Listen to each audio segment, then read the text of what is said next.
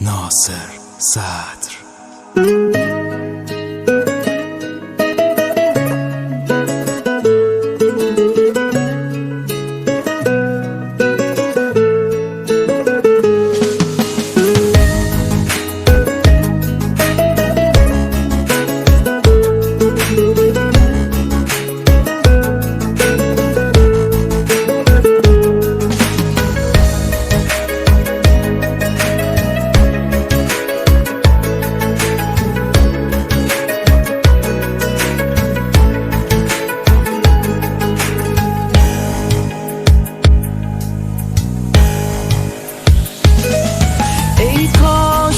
رفتی تا به پای تو بسوزم، موندم سر حرفم، سر قولم من هنوزم.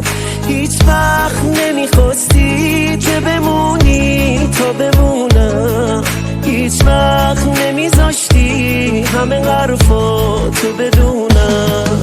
ای کاش میدونستی از وقتی که رفتی من کسی ندارم. ای کاش نمیرفتی، ای کاش نمیرفتی، ای کاش میدونستی از وقتی که رفتی من کسی ندارم.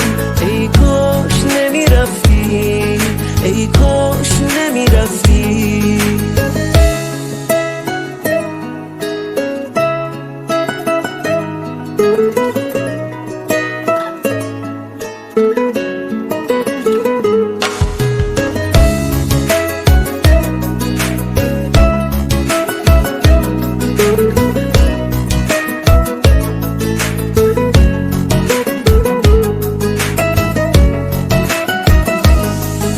از وقتی که رفتی دیگه چشمام سو نداره، این خاطره تلخ منو تنها نمیذاره.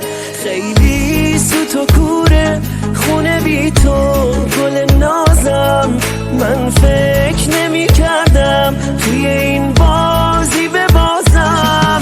ای کاش میدونستی از وقتی که رفتی من کسی ندارم.